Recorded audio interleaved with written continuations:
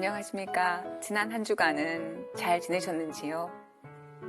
다른 한 주간보다 더 행복한 그런 주간이 되셨기를 바랍니다.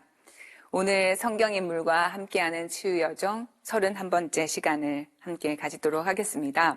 우리는 계속해서 하느님과 올바른 관계를 맺는 법에 대해서 살펴보고 있습니다. 이번에 다룰 이야기도 관계를 치유하는 33가지 지혜 안에 포함되어 있습니다. 오늘 우리의 치유 여정을 이끌어줄 안내자는 믿음의 조상인 아브라함입니다. 아브라함 이야기를 다루기에 앞서서 우리 자신의 삶을 한번 살펴보는 시간을 가질 텐데요. 혹시 여러분들은 빈둥지 증후군이라는 말을 들어보셨는지요? 자식들을 정성껏 키워서 독립할 나이가 되면 이제 자식들은 자신의 삶을 찾아서 부모의 곁을 떠나게 됩니다. 이렇게 자녀가 독립해서 가정을 떠날 때가 되면 부모로서는 복합적인 감정 상태를 갖게 된다고 합니다. 특히 이제 자녀가 떠나가면서 자녀가 더 이상 부모를 필요로 하지 않게 된다는 자각에서 오는 일종의 상실감 또는 공허감을 느끼게 된다고 합니다. 이처럼 자식들이 떠나갈 무렵, 그러니까 독립할 무렵에서 이제 우리는 인생의 중반기를 맞게 되는데요. 이 중반기에는 여러 가지 변화를 경험하게 되죠.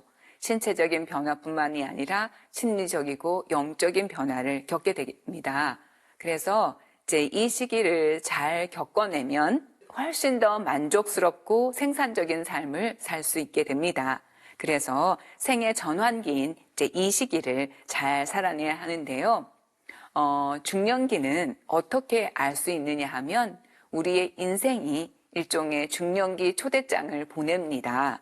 그 초대장 안에는 여러 가지 것들이 적혀 있는데요. 예를 들면 눈물이 많아지고 불면증, 질병이 생기고 우울증이나 체중이 감소할 수도 있고 늘어날 수도 있고 또는 결혼 생활에 문제가 발생해서 이혼을 하거나 별거를 하기도 합니다. 또는 실직, 무기력, 피로감 이런 것들이 중년기의 초대장 안에 포함되어 있는데요. 중년기에 일어나는 변화를 크게 세 가지로 한번 살펴보도록 하겠습니다. 신체적인 변화와 가족관계의 변화, 기타의 변화들을 볼 수가 있는데요. 신체적인 변화는 우리가 누구나 다 경험하는 것들이죠. 시력이 감퇴돼서 다초점 렌즈를 하게 되고 기억력이 감퇴되고 생식력도 감퇴됩니다. 주름살이 생기고 흰머리가 늘어나죠. 관절마다 쑤시고 또 병원에 가는 횟수가 늘어납니다. 여러분들은 이런 변화를 어떻게 받아들이고 있습니까? 저도 처음 흰머리가 늘어나기 시작하고 마침내 돋보기를 써야만 했을 때 내 인생도 이렇게 저무는구나 어떤 서글픈 감정을 느꼈었습니다. 그래서 이제 이런 중년기에 일어나는 신체적인 변화는 어떻게 보면 우리에게 중요한 것이 무엇인지를 묻고 그것에 따라서 우리 삶을 재조정하라는 신호이기도 합니다. 두 번째는 이제 가족관계 안에서 변화가 생기는데요. 아이들은 성장하고 이제 빈둥지 증후군을 경험하게 되고 그뿐만 아니라 연로하신 부모님에 대한 책임감이 이제 커지게 됩니다. 그분들을 보살펴야 되는 것이죠. 그리고 주변에 친구들, 친척들, 부모 이런 사별 체험들을 더 많이 이제 하게 됩니다. 기타의 변화들을 살펴보면 이제 중년기에 들어서게 되면 변화나 성장의 가능성이 떨어지게 되죠. 그리고 나 자신에 대한 환상이 깨어집니다. 그리고 과거에 해결되지 않았던 문제들이 이제 표면에 떠오르기도 합니다. 이 밖에 여러 가지 것들도 있겠죠. 그렇다면 중년기는 상실의 시대일까요? 중년기를 새롭게 바라보면 굉장히 의미 있는 시기임을 드러나게 되는데요. 제가 이 요한네스 타울러라고 하는 14세기의 독일 신비주의자이자 가톨릭 신학자이면서 마이스터 에크하르트의 제자였던 수사님의 말씀을 여러분들한테 나눠드리고자 합니다. 이분이 뭐라고 말씀하셨느냐면요. 인간이 자신이 원하는 것을 원하는 때에 할 수 있다면, 그러니까 이건 인생의 전반기에 해당되는 거죠. 그는 결코 참된 평화에 이르지 못한다. 그는 40세가 되기 전에는 하늘의 사람이 못 된다. 사람들이 갖가지 일을 하면서 그것을 하느님의 일로 착각하는 한 본성이 그를 지배하는 것이고 그때 인간은 참되고 완전한 평화를 누릴 수 없다고 말합니다. 그는 우리가 가는 영적 여정의 목적이 자기 영혼의 맨 밑바닥에 도달하는 것이라고 말합니다. 영혼의 맨 밑바닥이란 무엇일까요? 우리 힘으로 거기에 가 닿을 수 있을까요? 오로지 하느님께서 작용하시도록 허락할 때만 가능한 일이라고 합니다. 하느님은 우리의 삶이 수반하는 다양한 경험들을 통해서 우리에게 작용하시는데요. 실망을 통해서 우리를 비우시고 거절당함을 통해서 우리의 공허함을 폭로하시고 고통을 통해서 우리에게 작용하십니다. 마음의 비움과 메마름을 통해서 상상이나 느낌이 아닌 실제의 하느님을 만날 수 있는 영혼의 맨 밑바닥으로 이끄십니다. 중년기는 이런 경험이 많아지는 때입니다. 중년기는 하느님께서 은총으로 우리에게 새 옷을 입히시고자 우리를 비우고 발가벗기시는 때입니다. 이를 거부하고 스스로를 폐쇄하여 자기 안에 머물거나 혹은 하느님을 향해 자신을 열어놓거나를 결정해야 하는 시기입니다. 그래서 요한네스 타울러에 따르면 중년기는 우리 영혼이 벌거벗는 때, 하느님과의 순수한 만남이 비로소 시작되는 때, 참되고 완전한 평화를 누릴 수 있는 때입니다. 그럼 저는 어떻게 중년기를 바라보는지 말씀드릴게요. 저는 우리가 중년기를 맞게 되면 이제 성취의 시대에서 내려놓음의 시대로 이제 옮겨가야 하는 때라고 생각합니다. 다르게 표현하면 인풋의 시대에서 아웃풋의 시대로 옮겨가야 하는 때라고 말씀드리고 싶은데요. 인풋의 시대, 그러니까 성취의 시대, 인생의 전반기는 성취를 통해서 보람을 느끼게 됩니다. 그래서 가정을 이루고 직업을 얻고 사회적인 지위를 얻게 되고 업적을 쌓고 또 능력도 키우고 자아를 실현하고 다른 이에게 봉사합니다. 인생의 전반부는 이렇게 자신이 누구인지 알아가면서 자신을 세우기 위해서 이 세상에 무엇인가를 기여하기 위해 온 힘을 쏟아야 하는 시기입니다. 그러나 중반을 넘어선 인생은 누군가를 떠나보내야 하고 가졌던 것을 하나씩 잃어가는 경험을 하게 됩니다. 건강도 육체적인 근력도 점차 상실되고 기회도 줄어들고 사랑하는 사람들과 친구들도 하나씩 둘씩 사라지는 시기입니다. 그래서 인풋의 시기는 무엇인가를 내 안으로 가져오는 시기라면 아웃풋의 시기는 이제 나의 것을 바깥으로 내어놓는 시기죠. 묘하게도 우리에게 인풋의 수단들이 무엇입니까? 바깥의 정보를 안으로 가져올 때 우리가 사용하는 인풋의 도구들이 눈, 귀, 코, 손, 입, 혀. 이 모든 감각기관들이 이제 나이가 들게 되면 하나씩 둘씩 쇠퇴하기 시작합니다. 그래서 인풋의 기관들이 낡아지고 이제는 아웃풋의 시기가 되는 것이죠. 그래서 인풋의 시대 때는 정보의 습득이 굉장히 중요한 가치가 됩니다. 많이 듣고 많이 배우고 많이 익히는 것이 가치가 된다면 아웃풋의 시대가 되면 이런 모든 것들을 하기가 어려워지는 것이죠. 그래서 이제는 이미 우리가 인풋의 시대 때 많이 받아들였던 정보를 잘 소화해서 이것을 다른 사람들을 위해서 내어놓아야 하는 시기입니다. 그래서 이미 배우고 익힌 것을 삶의 열매로 드러내야 하는 그런 시기인 거죠. 그런데 이때 시고 떫은 열매를 내놓을 것인가 아니면 달고 맛있는 열매를 내놓을 것인가 이것은 전적으로 우리에게 달려 있습니다. 그래서 저는 중년기를 잘 맞이하고 살기 위한 지혜를 아브라함을 통해서 한번 배워보고자 합니다.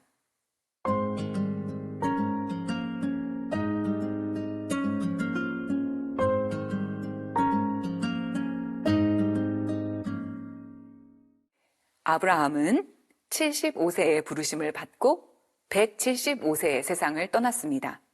그러니까 중년이 시작되던 시점에 신앙의 여정을 시작한 셈입니다. 아브라함의 부르심과 관련된 이야기는 창세기 12장에 나오는데요. 성경 본문을 갖고 계신 분들은 창세기 12장을 펴놓고 저와 함께 이 이야기를 따라가 보시면 좋겠습니다. 그런데 아브라함은, 그러니까 하느님의 부르심을 받은 아브라함은 어떤 인물이었을까요? 그가 하느님의 부르심을 받기에 한 민족의 믿음의 조상이 되기에 충분히 훌륭한 인물이었을까요?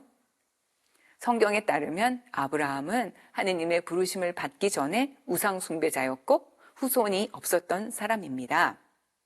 아브라함이 우상 숭배자였음을 알 수 있는 것은 창세기 11장 27절부터 32절에 나오는 아브라함의 족보를 통해서 알 수가 있습니다. 그의 아버지 테라는 칼데아의 우르 출신입니다. 이 칼데아의 우르라고 하는 도성은 달신을 주신으로 섬기는 그런 곳이었습니다. 그래서 그의 아버지 테라와 자녀들 모두 달신을 섬기는 사람이었다는 걸 짐작할 수가 있는데요. 이거를 또 확인해 주는 성경 구절이 여호수아기 24장 2절입니다. 여호수아가 스켐 집회에서 이스라엘 역사를 회고하면서 이런 말을 합니다. 옛날에 아브라함의 아버지이며 나호르의 아버지인 테라를 비롯한 너희 조상들은 강 건너편에 살면서, 여기서 강 건너편이라는 것은 유프라테스 강 너머를 말하는 거예요. 강 건너편에 살면서 다른 신들을 섬겼다라고 되어 있습니다. 그래서 테라와 아브라함과 나호르와 롯은 우상 숭배자들이었고 아브라함의 아내인 사라이는 성녀, 아이를 못 낳은 여인이었습니다. 그런데 이 아브라함의 일족이 우르에서 하란으로 이주하여 살고 있을 때 그때 아브라함은 하느님의 부르심을 들었습니다. 하느님께서는 아브라함에게 이렇게 말씀하십니다. 내 고향과 친족과 아버지의 집을 떠나라. 그리고 내가 너에게 보여줄 땅으로 가라.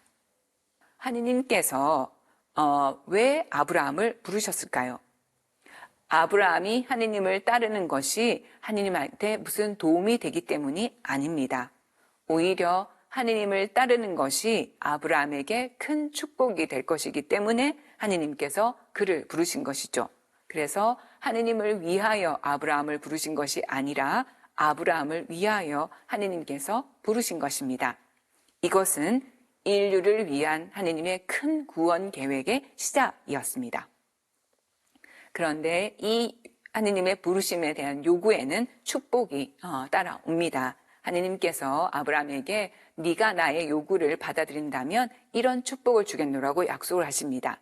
하느님께서는 자식도 없는 아브라함에게 큰 민족이 되게 하실 것이며 땅을 주실 것이고 그를 축복이 되게 하겠다. 그래서 세상의 모든 종족들이 아브라함을 통해서 복을 받게 하겠노라고 약속하셨습니다.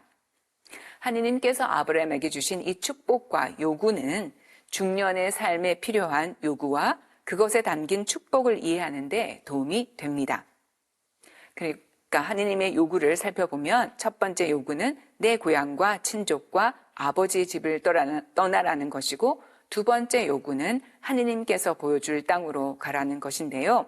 이 첫 번째 요구인 고향과 친척과 아버지의 집을 떠난다는 것은 무엇을 의미할까요? 고대 사회는 아직 국가라는 체제가 들어서기 훨씬 전의 사회이기 때문에 개인의 안전을 보장해 줄 수 있는 치안 제도가 전무한 시절입니다. 경찰도 군대도 없습니다. 이런 경우에 개인의 안전은 그가 속한 시족 집단에 달려 있습니다. 그 공동체에 속한 구성원이 다른 시족이나 종족에 의해서 상해를 입었을 경우에 피해 복수를 통해서 반드시 되갚아 주어야 했습니다. 따라서 이런 시족 공동체에 속한 누군가에게 상해를 가하는 것은 그 시족 전체의 보복을 받아야 한다는 위험 부담이 큰 것이었습니다. 그렇기 때문에 시족 공동체에 속한 이들은 그 시족이 가진 힘의 범위 안에서는 안정과 안전을 누릴 수 있었습니다. 그런데 하느님께서는 아브라함에게 바로 그가 속한 시족 공동체 집단을 떠나라고 말씀하신 것입니다. 이것은 생존을 위해서 필수적인 지지 기반을 떠나라는 요구에 해당됩니다. 다른 말로 하면 그동안 그를 지탱해준 모든 것을 내려놓으라는 말이며 전쟁터에 아무런 무기 없이 맨몸으로 나아가라는 말과 같은 것이었습니다. 그런데 하느님은 왜 아브라함에게 무모해 보이는 이런 요구를 하시는 것일까요? 그에게 괜한 고생을 경험하게 하시려는 것일까요? 중년기에 들어선 우리 자신의 삶의 경험이 아브라함의 부르심과 비슷하지 않습니까? 중년기에 들어서면서 우리는 그동안 믿고 의지했던 것들이 얼마나 취약한 것인지를 발견하게 됩니다. 그것 없이는 도저히 살 수 없다고 여겼던 것들이 흔들거리면서 우리에게서 떨어져 나가는데 그것을 되찾을 길도 없고 그것을 대신할 무엇도 쉽사리 발견되지 않습니다. 쓸모있다, 잘났다 생각했던 내 모습도 그런 주장을 계속하는 것이 주책이나 꼴불견으로 여겨지는 역변이 일어납니다. 내가 세워놓은 그럴싸한 나의 이미지가 더 이상은 예전처럼 다른 이들의 시선을 끌지도 못합니다. 이럴 때 우리는 존재가 흔들리는 체험을 합니다. 도대체 어떻게 살아야 하는지, 어디에다 뿌리를 뻗어야 하는지, 어디로 가야 하는지 알 수가 없습니다. 고향과 친족과 아버지의 집을 떠나라는 하느님의 요구는 중년기를 맞는 우리에게는 그동안 의지해왔던 것들, 지금까지 애써 구축해왔던 기존의 이미지들을 잃지 않으려고 애쓰는 대신에 그것을 과감하게 벗어버리라는 요구와 다르지 않습니다. 그것은 우리를 지켜주는 것처럼 보였지만 원래 취약한 것이었습니다. 중년은 그것의 취약성을 처음으로 인식하고 참으로 안정과 안전을 주는 것을 찾아 떠나는 진짜 여행을 시작하는 때입니다. 아브라함도 그 여정으로 초대받았고 그는 과감히 길을 떠났습니다. 그런데 이 여행의 주도권은 아브라함에게 있지 않습니다. 하느님께서 아브라함에게 그가 원하는 땅이 아니라 내가 보여줄 땅으로 가라고 말씀하셨기 때문입니다. 참 자아를 만나는 중년의 여정도 주도권은 우리에게 있지 않습니다. 우리가 원하는 속도와 방향대로 여정을 고집하는 한 우리는 길을 잃고 말 것입니다. 그동안 써왔던 남에게 보여주고 싶은 나라는 가면을 벗어버리고 우리 자신의 실상이 그 모습을 드러내도록 어둠 속에서 인내롭게 기다려야 하고 자신의 참모습을 직면하는 데 요구되는 고통을 감수해야 합니다. 얼마만큼의 어둠을 견뎌야 하는지, 언제까지 고통을 감내해야 하는지는 우리가 통제할 수 있는 것이 아닙니다. 이 여정이 가져올 축복을 믿고 꾸준히 길을 가는 이들은 왜 이 여정을 떠나야만 했는지, 그리고 이 여정은 반드시 떠나야만 하는 것이었음을 깊이 동의하게 될 것입니다. 하느님께서는 아브라함에게 길을 떠날 것을 요구하시면서 이 여정에 담긴 축복이 무엇인지 분명하게 말씀하셨습니다. 후손이 없던 그에게 큰 민족을 약속하셨고 열매를 맺지 못하던 그의 삶이 풍성한 결실을 이루게 될 것임을 보증하셨습니다. 그리고 그의 삶은 복이 될 것이며 그로 인하여 다른 모든 이도 복을 받게 될 것이라고 말씀하셨습니다. 이 약속은 아브라함에게만 주어진 것이 아닙니다. 이것은 아브라함처럼 하느님을 믿고 고향과 친족과 아버지의 집을 떠난 모든 이에게 주어진 약속입니다. 우리가 기존에 익숙한 것에서 벗어나 길을 떠나야 하는 이유도 바로 이 축복 때문입니다. 이 여정은 우리를 규정하던 모든 외적 이미지들과 우리에게 익숙한 삶의 요령들이 가져다 줄 수 있는 것보다 훨씬 더 큰 축복을 우리에게 가져다 줄 것입니다. 왜냐하면 이 여정은 우리에게 더 이상 누구누구여야 한다고 말하지 않고 있는 그대로의 자신이 되라고 격려할 것이기 때문입니다. 연약하고 불안정한 나를 애써 감추거나 성장과 변화를 강요하는 대신에 있는 그대로의 나를 받아주시는 하느님 안에서 있는 그대로 있을 줄 아는 자유가 날마다 커질 것이기 때문입니다. 내가 있다는 사실에 진정 감사하고 감탄하며 기뻐할 수 있을 것이기 때문입니다. 이것은 자신의 내면 깊은 곳에서 솟아나는 기쁨이며 행복입니다. 그 무엇도 앗아갈 수 없는 평화입니다. 제가 이 중년기를 성공적으로 맞이한 어떤 분을 최근에 만났는데요. 그분이 자주 내뱉는 말이 수연님 너무 좋아요. 진심으로 이 시기에 기쁨을 드러내는 표현이었습니다. 이런 행복을 아는 이들의 삶은 이 여정을 떠나기 전의 삶보다 훨씬 더 풍성한 수확을 거두게 될 것입니다. 왜냐하면 자기를 지키고 자신의 이미지를 유지하려는 긴장을 내려놓게 되면 그만큼 다른 이들을 받아들일 수 있는 내적인 공간이 열리고 다른 이들을 있는 그대로 받아들이고 사랑할 수 있는 힘이 커지기 때문입니다. 그러면 이들도 아브라함처럼 세상 사람들에게 그들에게 약속된 복이 무엇인지를 보여주는 사람이 될 것입니다. 그러나 잊지 말아야 할 것은 이 여정이 결코 쉽지 않다는 것입니다. 아브라함이 처음 길을 떠난 후에 이삭이라는 약속의 열매를 얻었던 것은 그로부터 25년이 지나 그가 100세가 되던 해였습니다. 그는 25년이란 불모의 시간을 견뎌내었습니다. 우리에게도 하느님의 약속이 희미하게만 느껴지고 그동안 믿어왔던 것들이 다 신기루가 아니었을까 하는 깊은 의심이 일어날 때가 있을 것입니다.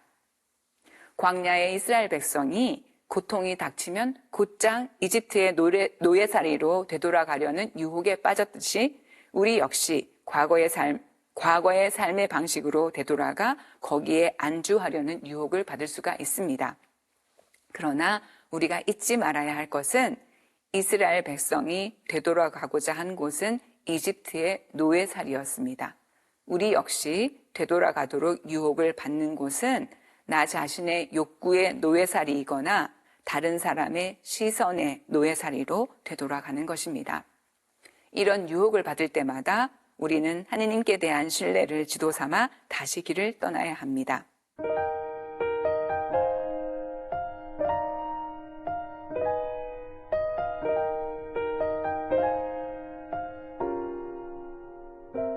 희망의 이콘이라고 할 수 있는 아브라함은 보이지 않는 것을 희망하였고 희망할 수 없는 상황에서도 희망하였습니다. 사실 그가 이렇게 희망의 이콘이 될 수 있었던 것은 사실은 하느님의 성실하신 동반 때문이었습니다. 아브라함도 하느님을 온전히 신뢰하지 못하던 순간이 있었습니다. 그가 길을 떠난 지 10년이 되었을 때 하느님께서 그를 찾아오셨습니다. 그때는 아직 아브라함의 이름이 바뀌기 전이었습니다. 아브라함아, 두려워하지 마라. 나는 너의 방패다. 너는 매우 큰 상을 받을 것이다. 아브라함 편에서 볼 때에는 10년 전에 하느님의 부르심을 받고 그분의 약속에 의지한 채 길을 떠났지만 10년이 되도록 하느님의 약속이 실현될 가능성은 전혀 보이지 않으니 마음속 저 깊은 곳에서 실망과 의심이 또아리를 튼 뱀처럼 솟아올랐을 것입니다. 하느님은 그것을 훤히 내다보시듯이 아브라함에게 나타나 용기를 주시며 그가 큰 상을 받으리라는 약속을 상기시켜 주십니다. 아브라함은 하느님께 솔직히 말씀드립니다. 저를 보십시오. 당신께서 자식을 주지 않으셔서 제 집의 종이 저를 상속하게 되었습니다. 아브라함은 후손을 볼 가능성이 전혀 없는 자신의 현실을 받아들이고 다른 대안을 생각하던 중이었습니다. 그러나 하느님께서는 재차 그의 자손이 하늘의 별처럼 많아질 것임을 약속하십니다. 아브라함은 주님을 믿었습니다. 하느님께서 그의 믿음을 보고 그의 의로움을 인정해 주셨습니다. 아브라함의 희망은 이처럼 그의 삶에 함께해 주셨던 성실하신 하느님께 대한 믿음과 신뢰에서 나온 것입니다. 아브라함처럼 우리도 하느님을 신뢰하며 앞으로 나아간다면 지금껏 우리가 맛보았던 삶의 행복과 기쁨과는 차원이 다른 더 깊은 기쁨과 행복을 맛보게 될 것입니다. 세상에서 불어오는 온갖 바람에도 흔들리지 않는 평화를 맛보게 될 것입니다. 이처럼 아브라함은 중년 여정의 훌륭한 안내자가 되어줍니다. 그의 여정에 비추어서 우리 삶을 한번 돌아보도록 하겠습니다. 아브라함은 중년의 나이에 하느님의 초대를 받았습니다. 그 초대는 기존에 그가 의지하던 모든 것을 내려놓고 온전히 하느님만을 의지하는 여정을 떠나라는 것이었습니다. 중년에 이르기 전에 삶을 살기 위해 내가 가장 의존하던 것이 무엇이었는지 돌아봅시다. 내가 삶을 살아가는데 가장 중요하다고 여긴 것은 무엇입니까? 하느님께서 지금 나에게 그것을 의존하는 삶을 살 것인지 아니면 온전히 하느님만 의존하는 삶을 살 것인지 선택하기를 요구하신다면 어떻게 하시겠습니까? 만약 하느님의 부르심대로 할 용기가 나지 않는다면 무엇이 두렵습니까? 보이지도 잡히지도 않는 하느님을 믿었다가 실패하면 어떻게 할까 하는 두려움이 생깁니까? 그러면 그 두려움을 극복할 수 있는 용기를 주십사고 청하십시오. 아브라함처럼 하느님을 믿는 삶을 살기로 결단을 내리고 그 여정을 걸어오신 분이라면 이 여정에서 맛보게 된 행복은 무엇입니까? 이 행복은 그 전에 내가 맛보았던 행복과 어떻게 다릅니까? 이제 중년의 여정을 막 시작하려는 분께 여러분들은 어떤 조언을 해주고 싶습니까? 그 여정을 출발하는 분들에게 어떤 말로 용기를 주고 싶습니까? 오늘은 여기까지 하도록 하겠습니다. 아브라함의 신앙 여정은 우리에게 굉장히 중요하기 때문에 다음 주에도 한 번 더 아브라함에 대해서 살펴보도록 하겠습니다. 수고하셨습니다. 다음 주에 다시 뵙겠습니다.